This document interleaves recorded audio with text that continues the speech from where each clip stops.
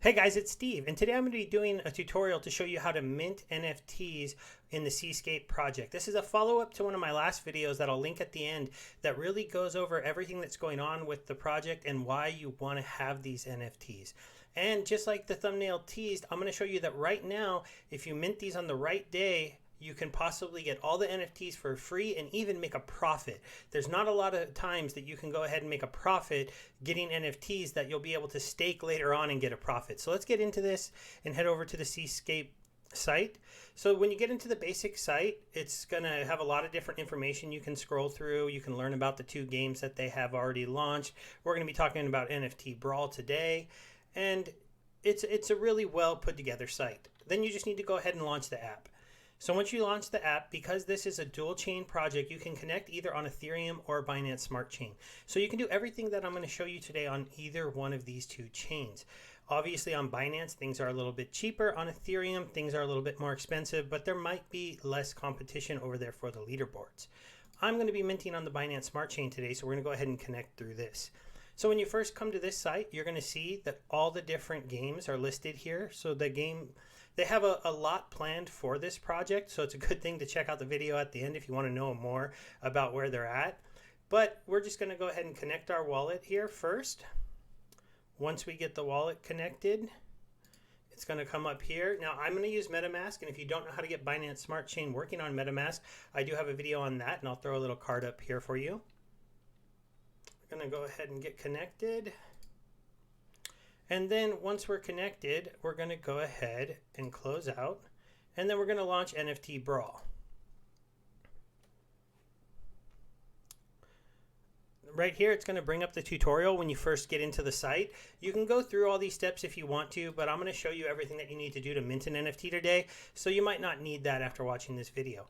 So once the app first comes up, you're going to go ahead and hit this go button. That'll get the actual game screen up, and then we'll talk a little bit more about what you're seeing on this UI. So right here, you have a quick way to get to the marketplace if you need to buy crowns. Now, I want to thank the team. They went ahead and provided me with a few crowns, so I'd be able to show you how to do this, and that was a nice thing for them to do. Now, once you have a couple in your wallet, you can purchase them on PancakeSwap or BakerySwap. You can come back here to the site very quickly, and then you'll be able to get into minting the NFTs. But before we do that, we're going to talk really quick about the different rates for you to get different rarities and the leaderboard that allows you to win crowns back if you want to get into minting a lot of these to get ready for the next game that's coming out. So first we'll go over the rates. So this breaks down that they let you spend up to 10 crowns for each NFT that you mint, and the more that you spend, the higher percentage chance you have of getting a legendary card. At the max, if you were to spend 10, you have a 10% chance to get a legendary card. If you're only spending 1, you only have a 1% chance. So if you're really going to be trying to get those legendary cards, you're going to have to invest a little bit more. Those legendary cards should do more in the next game that is coming out, but that game is still pending, so we don't know exactly how special they are. I'm guessing they'll be very special. Then this is the normal drop rate. They have something called the critical rate. The critical rate comes into effect on your 5th time that you mint an NFT. So one of the strategies might be to go ahead and spend 1 crown or 2 crowns on your first couple mints on the first 4. And then when you get to your 5th, go ahead and bump it up to a 4 or 5, or even a 10 if you're somebody that's really trying to get those legendary cards. Now here, on the crit rate, a full 10, you have a 20% chance of getting a legendary card, and you have more chance of getting a rare, epic, or legendary card than like if once you spend I believe 5, yeah, you go ahead and you have even more chance of getting a rare, epic, or legendary card than you do of getting the regular special card that you can get. Now, all of these cards will be stakeable in the next game, so it's really cool to see that they've really gamified minting them as well. It's showing that the team is really working hard at making sure that there's a lot of different stuff to consider when you're coming here to mint these. How much you're going to spend, when you're going to do your crit rate ones, and all those types of things. Now here, if we go into the leaderboard, I'm going to show you how you can go ahead and be getting your NFTs for free, or you can even be making money for getting your NFTs. So every day, they go ahead and pay out the top 10 people a certain amount of crowns based on their position. Now today, it's a weekend. More people have time maybe to be doing this, but these numbers are a little bit high. So this top person spent 103 crowns. They have a chance to win 120. So they do have that spot secured to be able to go ahead and get all of their NFTs paid for and even walk away with 17 additional crowns, which is pretty good because they're sitting around $24 today, which is not too bad. And then this person here, they spent 77, but unfortunately, I don't know if they're going to try to compete, but they're still going to get 50 back. So they're going to get a lot of a discount on what they actually spent on minting for getting up into these top positions. As this game gets more popular, I expect these daily leaderboards to become more competitive, but it is still a bit of a race to those top positions, because once you get to those top positions, somebody who wants to compete with you has to be willing to risk that entire amount before they can really compete with you. The other thing to see here is that they have leaderboards for each season.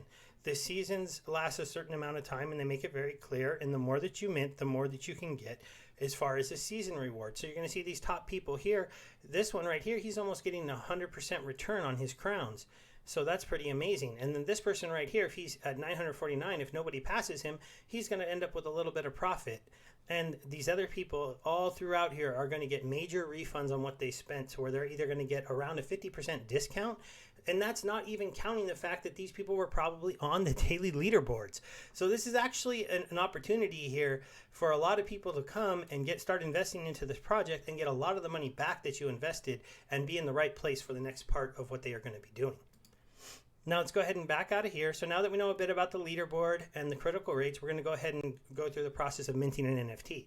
As you can see, they have a season timer here. It has 6 days, 3 hours, and 6 minutes left. That means there are 3 hours left in the day. So that leaderboard is going to stay pretty close to where it is, because you can only mint one NFT every 30 minutes.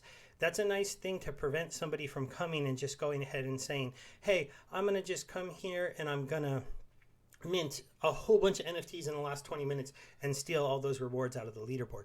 You can't do that. You have to be somebody who's engaged with the site all day long, coming back every 30 minutes and going ahead and minting your NFTs. Now you can spend 10 per mint. So in 3 hours, somebody could still spend 60, but that's it. So nobody's catching those people that are up in the 70s or 100s. It's just not going to happen at this point unless they're already on the leaderboard. All right. So to mint your NFT, the first thing you're going to need to do is take one of the crowns from your wallet and deposit it into the site. So I'm going to go ahead and click here. Now, right here, when you're sending your crowns in, only send in the amount of crowns that you want to spend on this mint. Whatever you spend in is really what you're going to end up spending. So I'm just going to do one, because I'm really just doing this as an example today. Now you're going to have to spend one transaction to go ahead and get the crowns into this site. And that's, on Binance, not a big deal. On Ethereum, though, you might be like, ooh, okay, there's one transaction. And you'll see as I go through this process, there is one more transaction that you have to do. And so 2 transactions on Binance are almost nothing. And then 2 transactions over on Ethereum are not so fun. We get this nice little animation here going, all right, you put your skin in the game, you got your money in there, so now you can go ahead and mint your NFT.